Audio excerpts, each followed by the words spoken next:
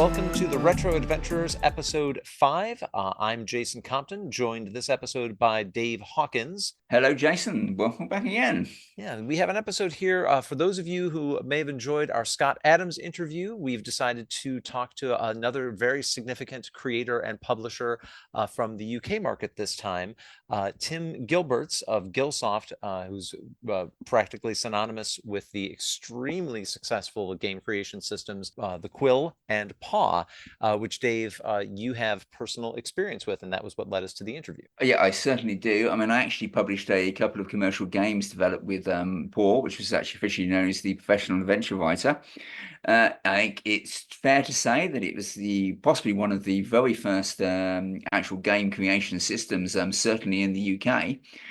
And the effect that Gilsoft and the Paw and previous to that, the Quill actually had on the UK market can be considered to be nothing other than less than phenomenal.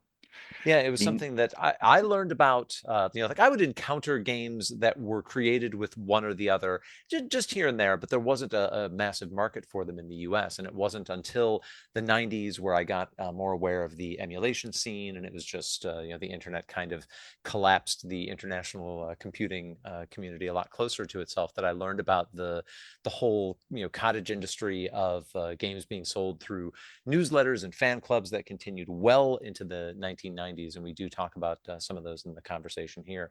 And as you'll hear in the interview, I think Tim was maybe a little over modest.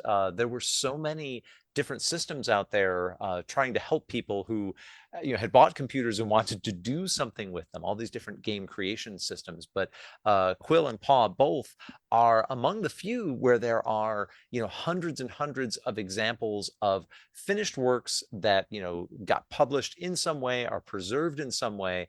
And many of those tools, we can't say that at the time, and whether that was because it was difficult to distribute, or there wasn't a way to build your own runtime, or the scene just never took off. So that there are so many games created and surviving from those systems is a real tribute to the teams that were behind Quill and Paw. And it was really great that you were able to get Tim to join us. No, I mean, it certainly is. I mean, I think one of the things that really stood out, particularly about the Paw system, is that it was capable of creating games of such quality that we're not talking about self-published games here. A lot of big software houses picked up the games that were written with this creation system, and I think that's fairly unique. I mean, up until the time we're talking about systems like Unity now. So we will take you to this. We will be back with more games in future episodes, but when we have a chance to talk to these very significant movers and shakers like Tim Gilberts, we're always going to take it. So with that, we'll turn it over to Dave from the Just So Slightly Past.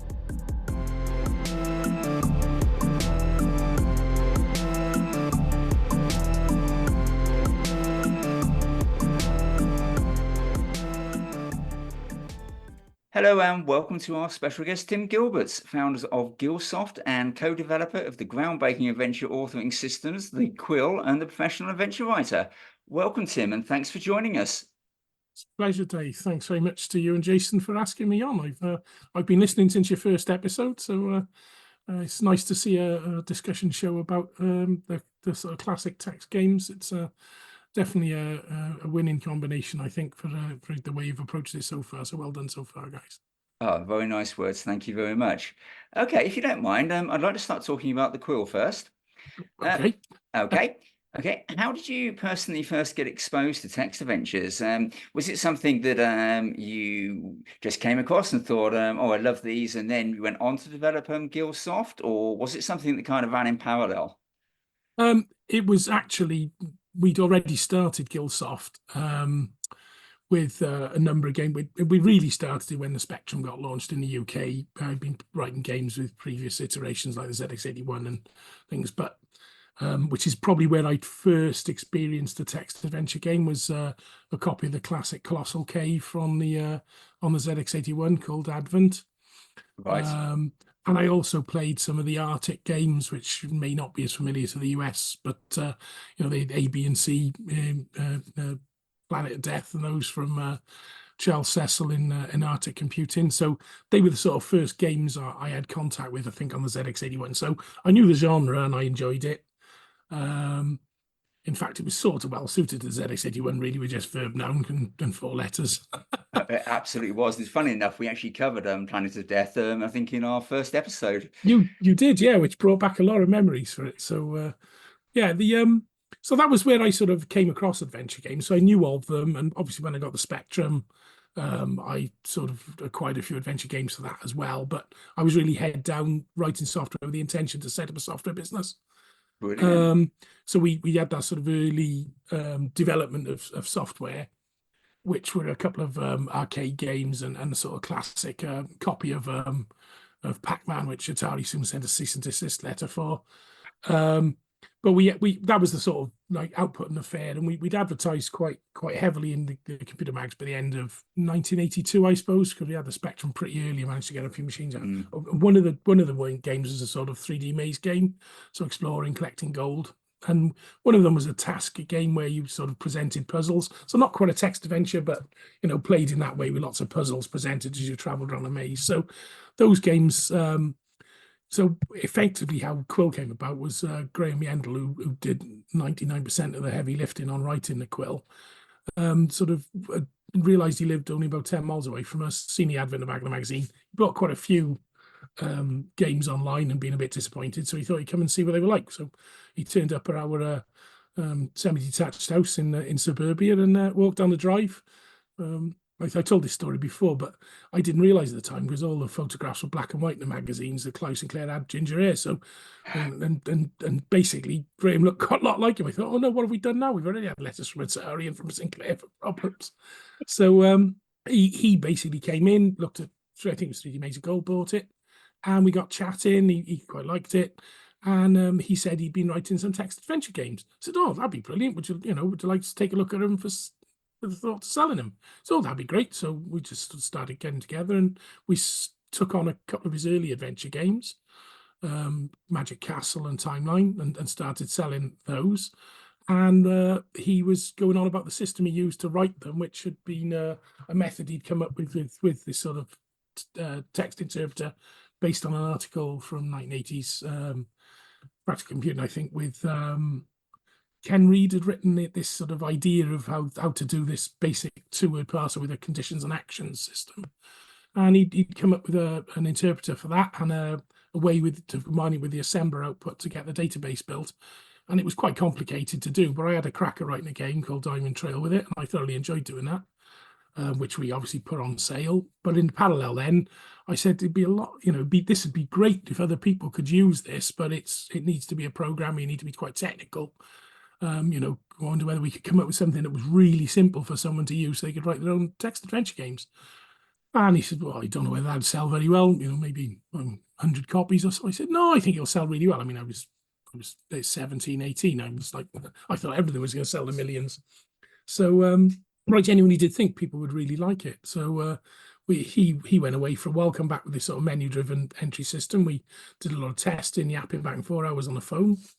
And that was how Quill was born. And throughout 1993, we sort of eventually got it out in early form, and then it just suddenly took off. That was effectively how it all started. So that is really interesting. And funny enough, you've actually more or less answered my next question, which was, did you really see it as a big business opportunity? And clearly you weren't really sure. No, Graham definitely didn't. Myself and my father, who was helping run the company, we thought, yes, this is going to be good. And to play fair, Dad put a lot of money where his mouth was, investing in improved artwork as it started to sell from the early artwork we had done by school friends, which were pretty good, and done by local printer in 4-color printing. But the reviews were just really good in the magazines. It was well received. And he put the money in to keep investing in decent artwork, and the phoning around the retailers and distributors and getting it pushed, paying for the adverts and getting it done. So that helped propel it into being a real big business, and meant we had to move forward. Absolutely. I mean, when you actually sat down to develop the Quill, I mean, did you look into the existence of other sort of database formats? I mean, particularly Scott Adams had a very similar system where a lot of his games, you could say they follow the format because they were based on a sort of an internal database system. And then you've got such things as like the Adventure Exeter, the Adventure System, which is around 1981, 82. I mean, how much influence did these sort of products actually have on the Quill, or did you just literally start from scratch and say, this is how I think it should be? Didn't know they existed. I personally myself. I did know that the Adventure A, B, and C games were written with an interpreter based on the Ken Reed article, because Graham had disassembled them and worked out it was exactly the same thing as he'd written.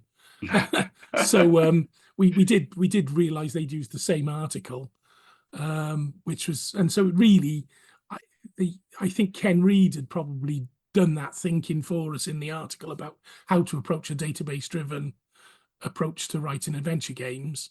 So I'd not seen a Scott Adams game, of course, because we just didn't have them in the UK. No, absolutely. 20, they came later. Adventure International came later into the UK when that, as you covered in your interview with Scott, they came a lot later, didn't they? Actually becoming a separate company and licensing, importing. Yeah, so absolutely. I didn't certainly have any exposure to those. I didn't even know they existed. And like probably in the like I say, the Abersoft version of Adventure was a sort of one-off as far as I was aware. I don't think they did anything else with that. And the Hobbit, of course, was again not based on a system as far as we could see. It was quite unique, wasn't it? So they were the ones that were widely available. I had no access to large computer systems. We had an alpha in college, but I'm dimly trying to remember. I'm sure we had a game on an adventure game, but I can't really remember it very well. And that might be misremembered from an online access on teletype to an ICL mainframe somewhere. But really my exposure to anything other than the home computer market was quite limited in the early days. I mean, basically we had no money. Absolutely. Taking my 50 quid to buy the ZX81 kit to build. Oh yeah, you could build it, couldn't you? I'd forgotten about that. Yeah, and it didn't work. Very, very rarely, yeah. Yeah.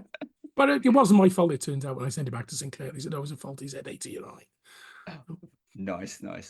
I've got to say, I mean, I actually owned the Quill, but I didn't really have much success with it. I actually found it quite complicated for a newcomer. I mean, were you surprised at how well it actually did?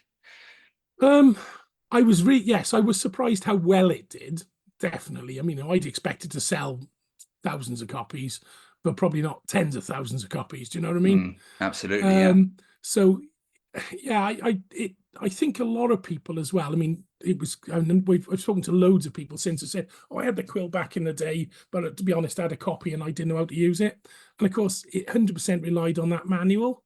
And I think the manual I think was quite well written. It really was. But if you had no background in that methodology, it probably wasn't enough. So yeah, the reality is that is what we've got as an approach in terms of doing the Quill. It was the best we could do with the capability at the time, because obviously the size of the manual, well, it took time and effort because this was all hand typed and then typeset by a company in Cardiff, so in each page added cost to the print as well. So I think it was reasonably good, but like I say, a lot of people I think also struggled with it because they didn't have the instructions, but there were still hordes of them sold, and quite a lot of people really took to it. So it's one of those things, I think, that it didn't suit everybody, but I think it made it a heck of a lot easier than writing it yourself in BASIC, which a lot of people tried, attempted, and failed. Oh, definitely. I mean, I'll touch a bit on that later, actually. But just a little more about the Quill, really. I mean, it was actually developed across a number of systems, wasn't it? I mean, I think notably the Spectrum, the BBC, and the C64. Yeah, and the Oric Atmos as well. Oh, And really? On the QL, Atmos? yeah, the Sinclair QL. Oh, really? Yeah, and yeah, so there were quite a few versions of it done. I mean, what were the kind of limitations you found for these formats? I mean, did you find you had other challenges with providing for, and particularly on the differences between, say, for example, the BBC and the Spectrum, and particularly, I would say, the Commodore 64, simply because of the totally different processors? Yeah, that was the single biggest problem, was the processor change from Spectrum to C64. I mean, I would say, to be fair, that the Quill was possibly one of the very first cross-platform development systems, which I think is quite a landmark. Could be. It wasn't very easy to use them cross-platform though, because of course the databases were incompatible between the systems. And I won't say that was on purpose, but we didn't strive to make it that way because the way the technology was laid out within the memory. So because the way the Quill uses absolute addressing, it was harder. But we did have some converters we did, and that brought in a nice little sideline converting games for people from one format to another if they were thinking of selling them. Oh, nice. Yeah. So I mean, that was a happy accident. It wasn't planned. There was no strategy to sort of try and take that side of it, but it did prove to be useful moving on. So, and of course, the Quill on the BBC was actually a clean room implementation based on observation and the manual from the guy who wrote it. He just sent it in one day and said, "Look, I've written a version for the BBC. Oh, Would you like to brilliant. sell it?" He had no sight of our source code or anything, but obviously the manual became based on our manual with editing done in-house, but he just written the code, which is why it's got a couple of subtle differences in the way it works. I mean, yeah. I mean, that very much was the 80s, wasn't it, really? There was a lot of ad hoc and a lot of people saying, I've done this. Do you like it?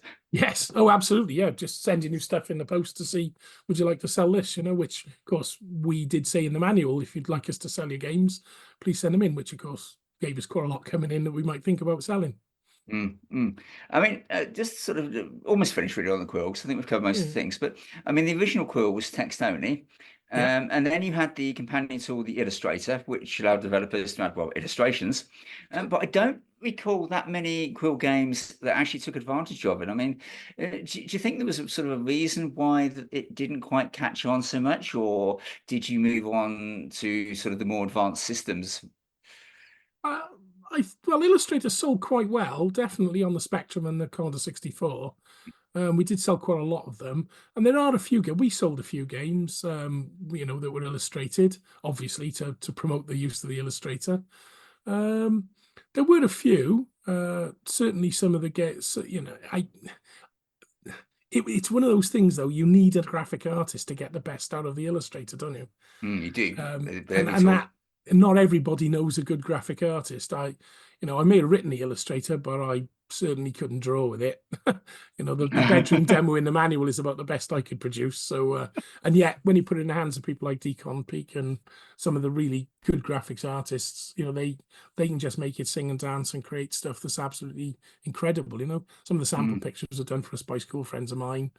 They were really talented. They could really use it, and they could really create from just a couple of lines and shades something that really looked it. So I think that was the start of what we see today, with the cost of production goes up. You need more than just the adventure author. You also need now an artist. So that's two people now needed, rather than just someone sat in a bedroom who's good at writing. If only it were two people these days. Well, I just said it was the start, and that doubles every time, doesn't it? By the time I left the industry, it was already 10 or 12 people in a team. It was it was already starting to get larger, and now it's hundreds and thousands. So Absolutely. Okay, let's move on a bit to the professional adventure writer, which I think most users will sort of think about it as poor. It was published on fewer platforms. That was the first thing I noticed. And my notes say just the ZX Spectrum and the Amstrad CPC. Would that be true, or are there other systems that I've missed? Amstrad PCW as well, and any CPM machine. Any CPM machine. Okay, fair enough. Yeah, it's stretching it a bit. We did have one in development for the Commodore 64, which never got finished. Which was a bit of a shame. The actual interpreter side of it and some of the code was finished and was used to port games for other producers who were producing on the Spectrum. But by then, sales had dipped down on the C64 for us on Quill and Illustrator. Right. And I think we sort of missed the tide on the market for it. Do you know what I mean? So we never really put the effort into finishing it and diversified out to doing a lot more contracting for people and things like that. So it was just that tail end of the tide, I think. GAC was being produced for quite a few machines already as well, wasn't it? So it was. That was that had them both. Incentive software, wasn't it?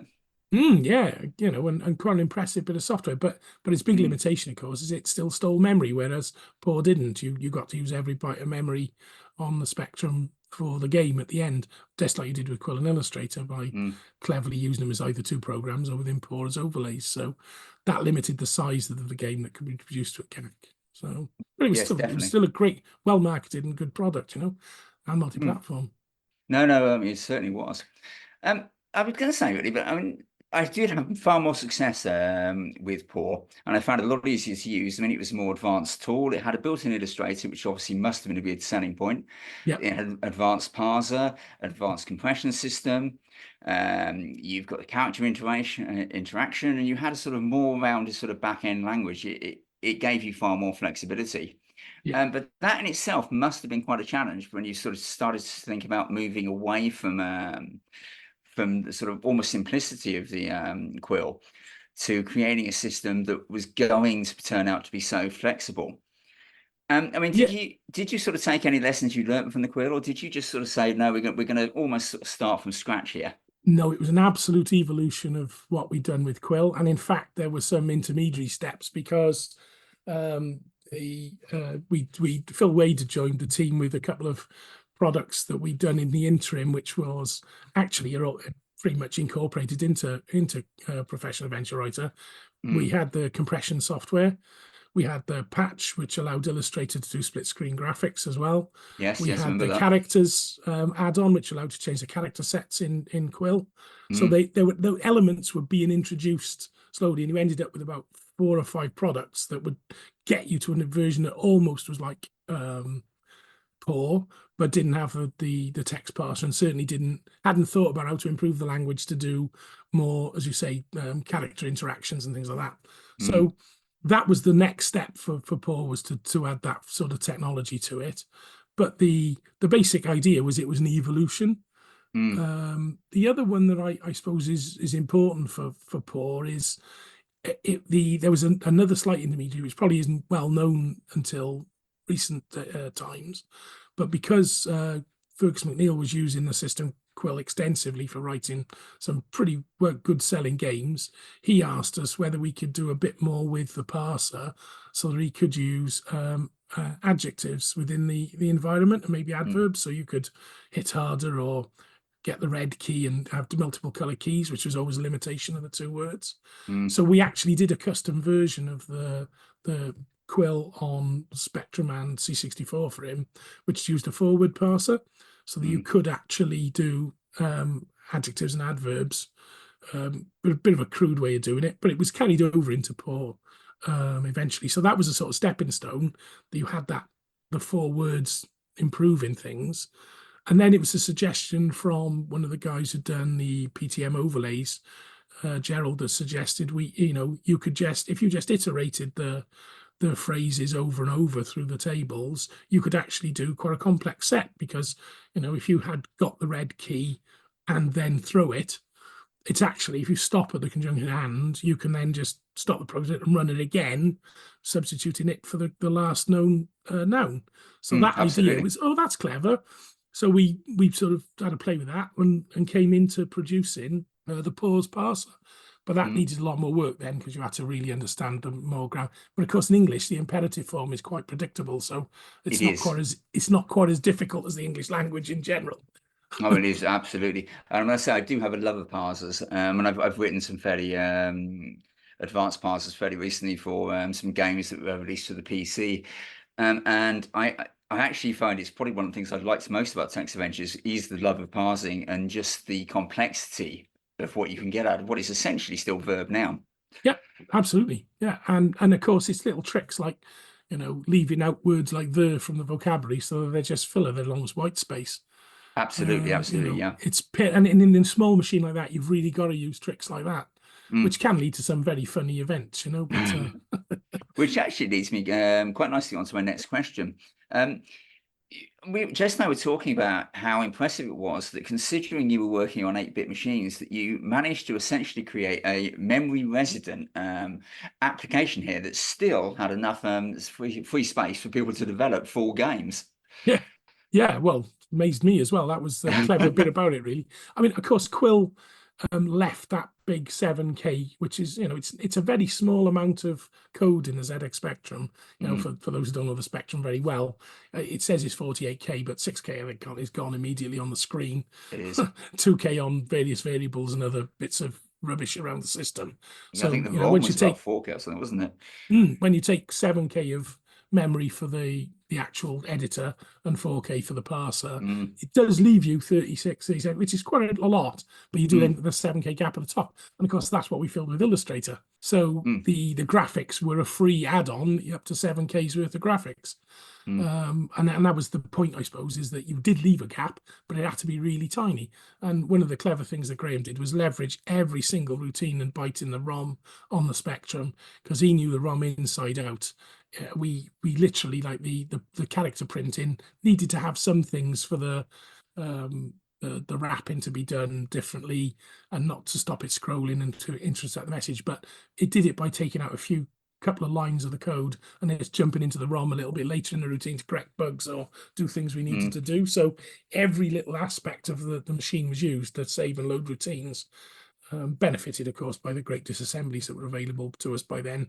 Yeah, there was actually full disassembly, wasn't it, of the ROM? I think Yeah. Sinclair published the book. It was an Yeah, amazingly Ian, useful tool. yeah, so Ian Logan, I think it was, did it. It's So Ian and he'd done Logan. an early one on the ZX81, but it was just how it works. There was no full disassembly. As my diary records, when I was disappointed, there was no full disassembly, so I carried on with my own. But yeah, he did do it for the Spectrum. He did get a full one for the Spectrum, which made it very easy. Now was a very well thumbed and highlighted. And of course, when we did Poor, I had to go in even further with more jumps. In fact, it's given a great number of headaches to Gary, who does the basic improvements for the ZX Spectrum Next, because every time he changes the ROM, it breaks Poor. And he's, I'll have to do another entry point that's preserved. Yeah. This is all very familiar. I've got to say, I mean, there was a point that looking back, sort of the UK text adventure industry, that I think it would be fair to say that about half of the games towards the late 80s were probably penned with Poor. I mean, were you surprised, or how did you feel when you just realised how incredibly successful this had come and the influence it was having? I can't honestly remember thinking anything except, wow, that, I can't believe, especially when you get like well-known software houses switching from their own in-house systems to using yours anyway, because it didn't seem worth carrying on with their own. So yeah, I really couldn't believe the volume and the telling. I do remember thinking, I wish we had a royalty for everyone that's sold now.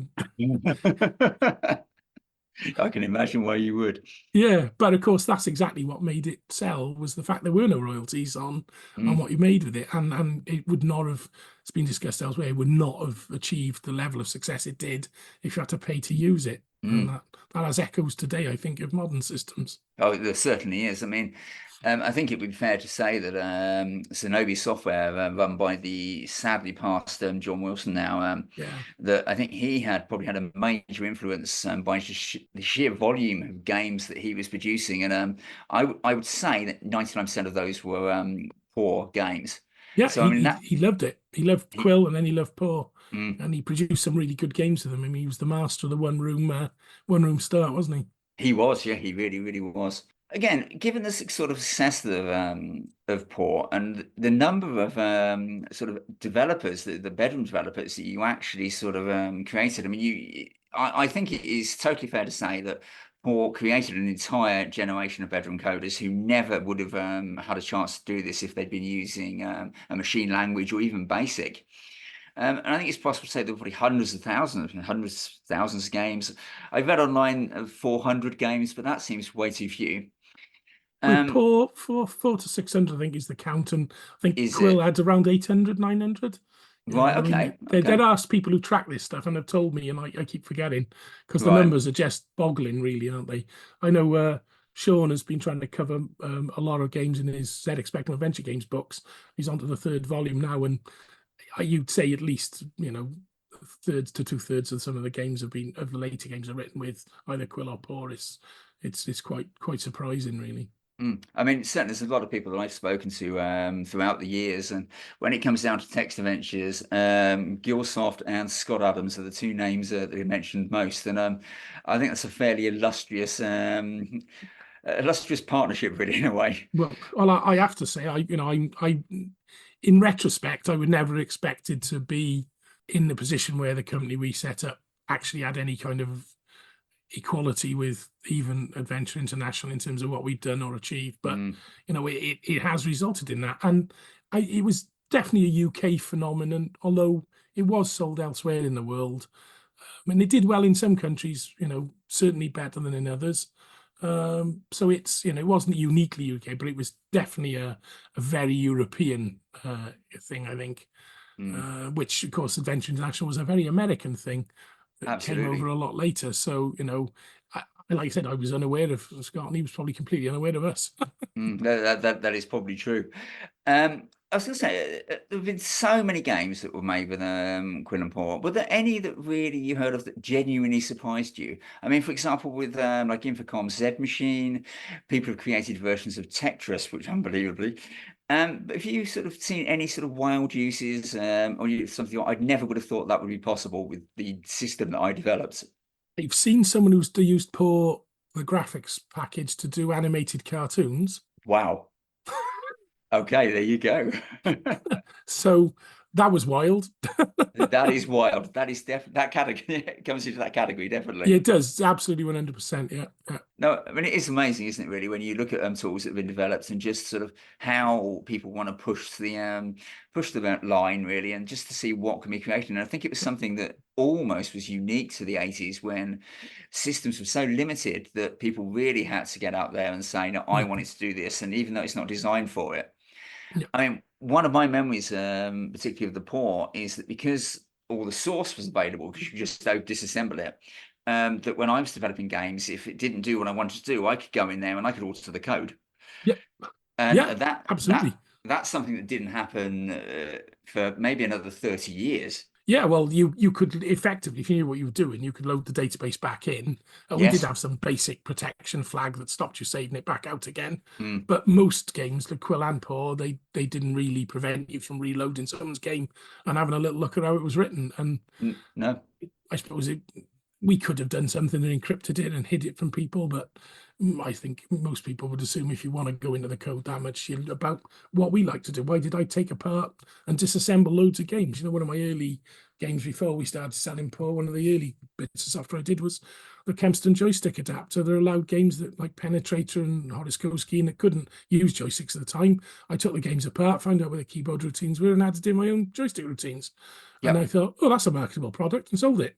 So but that's what people did. If stuff didn't happen, it was still very early. I mean, in the 70s, everyone had to write all their own software. So the early days, most people who got into computing in the early days, they were quite used to having to learn from seeing how other people had done it, because there wasn't any online references and there was limited access in books and magazines. I mean, Quill and Paw got quite a lot of coverage in magazines, but there was a limit to what they could do to cover how to use it. Definitely was. I mean, there's something Jason came up with earlier, and this may actually surprise you. But last week, there was a brand new game created with the Quill called Ghost Ship Delgado by a gentleman called Tony Kingmill. Yeah. It was literally released, I think, yesterday. Would you honestly have believed that now there would still be people out there that are using your tools you wrote 40 years ago still to create games? 40 years ago, no, I wouldn't have thought that it would be possible. I would assume they would have been long forgotten within the short lifespan. But it doesn't actually surprise me people still write, because I see at least 2 or 3 a year coming out, sometimes from quite well-renowned people who go back to their root and have another go at it. And that sort of means that it's still that enduring, because the genre of a text adventure game hasn't fundamentally changed, does it? No, not really. You can still write a small one with Quill that is perfectly playable today, as long as you avoid all the classic tropes of jumping people into mazes immediately and things like that. Exactly. But the reality is you could write something now with Quill that would still be enjoyed by enough, which is exactly what Zenobi did, So absolutely. So, I mean, I am surprised, and I'm humbled, really, and honoured. And when I spoke to Graham, he's absolutely shocked as well. Every time I see one, I send it to him and say, "Look, this has come out as well," And it's like, wow, really? But it's not the only system of ours that keeps getting games published, No, I mean, it really is. I mean, like you say, it is quite humbling, isn't it, when you can realize that something you created, that the influence you've had on people, and that they still love it. Yeah. And it is an amazing feeling. Yeah, and it is, you almost think, was it really worth that level of adulation? We were just there first, really, weren't we? So You No, know, that is right. That is very true. I mean, as I said, the games that I wrote with Paul, one of them is called Stranded, yeah, and the World of Spectrum users voted 32nd greatest text adventure ever, and I think I don't deserve that. But again, it's something that I couldn't have done without you, and yeah. I think these are the kind of things that do make you look back and go, "Wow, I just really appreciate the fact that people appreciate what I've done." Yeah, yeah, and it gave people an opportunity. I've met loads of people who have written games and had them published, even in a small way, Mm. and that gave them a huge sense of pride as well. And Yeah, yeah. providing a tool that enabled them to do that, yeah, that's like wow, great, you know. But it doesn't detract from the amount of effort they had to put in to produce it. You know, the tool doesn't do it for you. It just takes the hard graft off it. You know, Mhm. I had a typewriter as a kid, and it didn't turn me into an author. Right. I mean, just sort of carrying on really to the poor stuff. I mean, there's been sort of a raft of game creation products sort of in the late 80s. But sort of you're talking things like not just GAC, but also like the Adventure Construction Kit, the arcade game construction kit. I know Incentive did the 3D construction kit. But none of these sort of really had the same sort of impact or the success that Quill or Paw did. Where do you think that you got it right and they didn't? Um, I think maybe because the huge variety of text adventures that can be written, whereas all the other construction kits are usually limited into the type or style. So if if you've got a platformer type creation tool, then it really takes something special to create that platformer that's different, doesn't it? The Definitely. same with the shoot 'em up. You know, there is a lot of the best shoot 'em ups are because they have something subtly different about their controls or the experience or something different. And if you've only got the tools that you've been given in a kit, you have a more limited construction set, don't you? It's a little bit you can do almost anything with it, but they couldn't provide as many parts as Meccano, and they certainly provide such generic parts as Lego does. And Absolutely. Quill was closer to Lego than Meccano, maybe. Yeah, I think that's a fair simile. Um, did you, I mean, obviously there's so many games out there. Did you ever sort of feel that you might want to just track down and have a look and play as many of the games that were out there from the Quill and the Paw? Or did you just Um, simply think, wow, I'm swamped, there's no well, way? well, I've written down Stranded, so there's one to go and look up. But yeah, I have played lots of the games over the years, but there was just too many really to put them all through, and I haven't got the amount of spare time I would love as it is. But I Mm, do actually try to play any new games that come out. I try to play them at least for a while just to get a feeling, a flavor for them. So anyone who's mm, writing new games, I do try to play them because I think that's it's interesting to see how they're using the tools today, and it also gives hopefully a bit of feedback as well to people. And I do like those. We did there was a couple of us did the judging for the competition the year before last. So again, there were about 20 submissions, and I dedicated a couple of hours to each of them and really played them and gave formal feedback on the itch.io competition. And I think Scott did judging as well on that, and maybe I think Dave from Infocom Infocom did as well, I think. So there was a couple mm, of judges on it, and they you could use any system you like. Um, so a lot of people, several people use Quill, some use Paw, and some use right. Dard. So there was I particularly like playing those ones. So No, good, good, good. Um, just sort of heading to the end, really. But I mean, did you actually develop any text adventures of your own from either the Quill or Paw? I mean, I know that you published a few under Gilsoft. I just wonder whether you'd actually written any, or were they all sort of third party? only Diamond Trail, which was the first game I used to practice with the adventure system, that the method that Graham had, and then we converted it as the first game with Quill. And that one is the retrieve the Sync Live Diamond. It's got all the tropes. It's got mazes, Mm, and but it was 1983, so exactly. I beg your forgiveness for the creation of that game. But no, I didn't really write anymore. Although when I worked in Spain with Venturas AD, I did do quite a lot of the coding on Dios de Cozumel for them within the Dard language. Right. So I did quite a lot of it, but obviously, there were graphic artists, several of them, and another author and the actual text and story author as well. So I just did the coding, Right. with the ability that I could tweak the actual underlying code as well, which perhaps gave me a little bit of an advantage. I mean, it's coming sort of towards the end, really. I mean, I think from the way we've sort of covered stuff, we'd be moving sort of into the sort of the late 80s now, early 90s.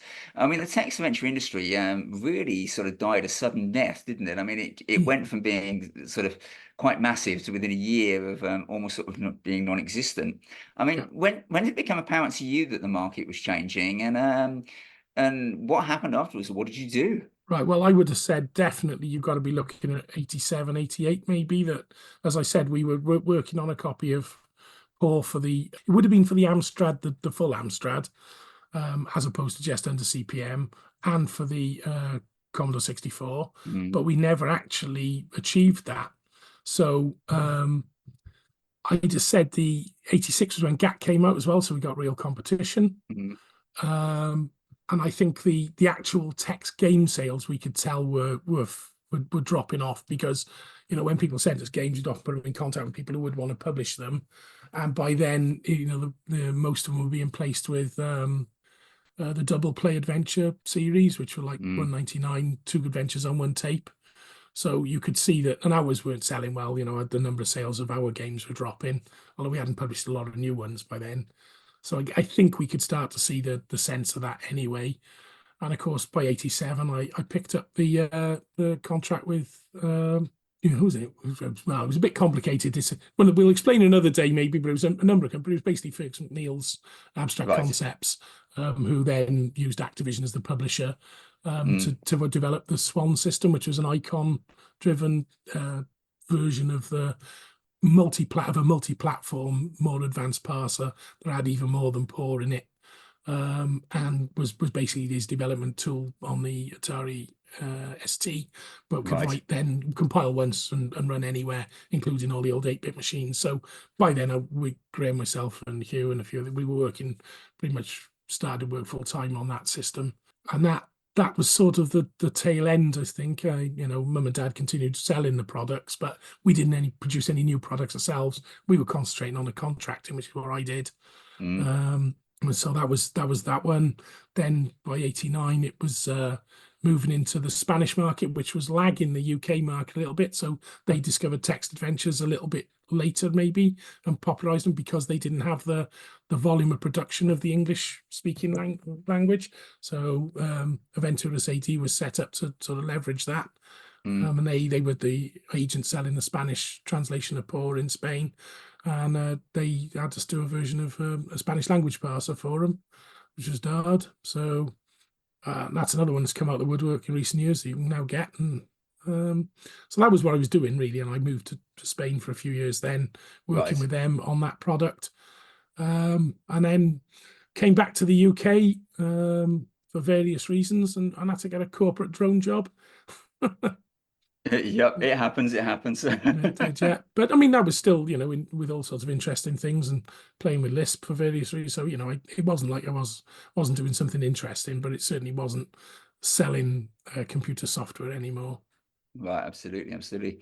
I mean, just sort of one last question. I mean, really, you've already touched on this a little bit, but you're not really having a lot of time. But I mean, do you still sort of like to play text adventures, or you've got another genre you like? I just sort of wondered where it goes. I mean, do you like shoot 'em ups? Do you like puzzle games? I like them all.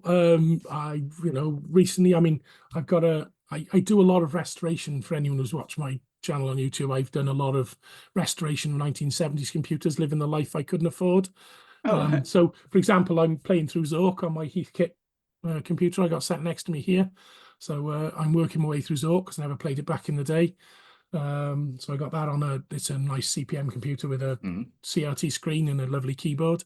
I do play text adventure games, as I said, any that come out, especially if they're for the Spectrum Next, I'll have a good crack on those. And of course, I've been working with the Spectrum Next team on a bit of coding and work and promotion of that. And I like anything pretty much that gives me recaptures that experience of the 80s. And I love going to shows and chatting to users So I do quite a few of the retro and vintage computer shows.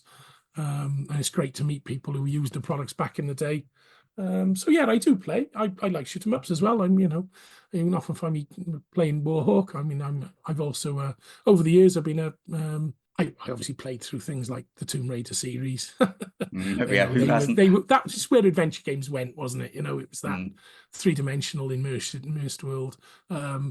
Diablo, was a big fan of Diablo, and in fact played the latest release of it with my son. So I'll play almost anything really, but they tend to be things that are exploration. Although I don't mind a bit of mindless violence, shooting something up. R-Type on the Spectrum maybe. Sometimes you need it. Yeah, you do. You just need, and puzzle games. I love Trainyard Express, for example, doing the puzzle combinations and getting them to merge and exit. It's a great little puzzle game. And again, you can just while away 10, 20 minutes when you've got a bit of spare time, because you can't invest hundreds of hours all the time. So yeah, I'll play almost anything. That is absolutely brilliant. We'll make sure we put a link to your YouTube channel. I think a lot of people will be interested in that. Just before we wrap up, I think Jason would like to jump in and just say something. Is that right, Jason? Yeah, I was curious. We talked about the fact that at the time in the early 80s, there was that sort of perfect opportunity where text adventures were a thing that not only did a lot of the early computer owners, want to play, but also wanted to create their own. So, Yep.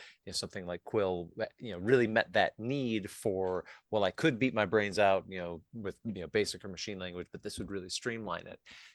Whether or not it's something that you're going to pursue yourself, but do you, with that experience, look at something now, whether it's in the field of, well, what isn't in the field of technology now, something in the field of tech where you're like, there's something out here that lots and lots of people like to do, but if there was just a solution out there that would do that 90% of the work for them, the way that like a Quill would, we'd be in a much better place. Do you see something out there that you're like, man, if only somebody would come up with the construction kit for this problem? Ooh, that's a leading question, because if I knew the answer to that, I'd probably be setting up a company to market it immediately, wouldn't I? And that would be competitive secret. But I don't know.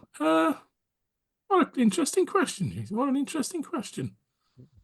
Well, I think maybe something that really makes it easier to watch TV again, because good grief, years ago you just had channel buttons on the TV. Now you've got to have a million different controllers and lots of different streaming devices, lots of subscriptions. You've got no idea what show's showing on what channel. You get halfway through a series and you can't find the other half of it because it's moved. That might be a useful one. yeah. To produce your own TV, channel to yourself. So, customized to your likes rather than being pushed all the things that maybe isn't. I don't think we're far off that. I was only reading today on, I think, the BBC News that there is a company developing an AI where you can type in what you want to happen on a show and you'll get to watch the episode. Oh yeah, well, I mean, we're so close to that with the deepfake productions. I mean, We the are. Yuzu music site producing quite good music that's perfectly usable. Yeah, we're not far. I mean, those tools are helping it up, but at the moment they aren't as easily accessible as they could be, maybe, and they're not integrated yet. But it won't be long before someone pulls them all together, will it? No, So, it really won't. yeah, and then it'll be the world construction kit, won't it? But people have done it. I mean, Minecraft is just a construction kit, isn't it? Yeah, yes, and a very simple one. I mean, I think we're obviously going a bit away from the text adventures, but We are. but again, it's like you say, it wouldn't have come out without the likes of things like the Quill and Paw, and as it comes further on, something like the Shoot 'em Up construction kit. None of these games would ever have existed, and that's basically it. Yeah, but I would turn it back on its head and say people still seem to like playing text adventure games today. They I'm do. not sure the genre will ever go away. So these extra tools will just make that a deeper, richer experience for people, won't it? It definitely will. Maybe. Have you anything you'd like to add? Anything you feel you'd like to say? Well, no, I just suppose thank you for anyone who's listening who bought the product back in the day, and in fact anyone who copied it and managed to use it for something. Thank you for supporting us and being such a turning into a real 10 years of experience in life that I look back very fondly on, and gave us an opportunity to really be part of an industry that started a revolution, I suppose, and And it still continues today, as we see, with people still publishing and writing games, as we talked about earlier, still using our systems. So thank you for those who are still keeping them alive, and people like, the Uto Dev Carlos. He's developing Dard now beyond anything I did with it back in, and he's continuously keeping it ready for people with Dard ready. You can just press a button, write once, and it's on every retro machine you've got. Which is, of course, if you're writing a text adventure game today for people to play on retro computers, you needed to be on as many as possible. So that's very, very true. Well, I want to say thank you, Tim, so much for joining us. It's been a truly interesting and fascinating conversation. And you've brought back a lot of memories. I'm going to say thank you very much. Thank you, everyone, for listening. And we will speak to you soon. Bye-bye. Thank you very much for having me. No problem at all.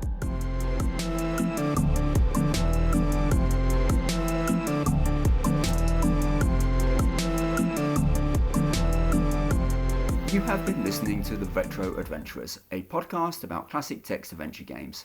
This episode was produced by Jason Compton and Dave Hawkins, with editing by Dave Hawkins. Please subscribe on your favourite podcast platform, including Podbean, Apple Podcasts, Spotify, Amazon Music, and Podcast Addict. Visit us at retroadventurers.com and follow us on Facebook. The Retro Adventurers is based on a format originally devised by Ben Collier, Jason Compton, and Dave Hawkins.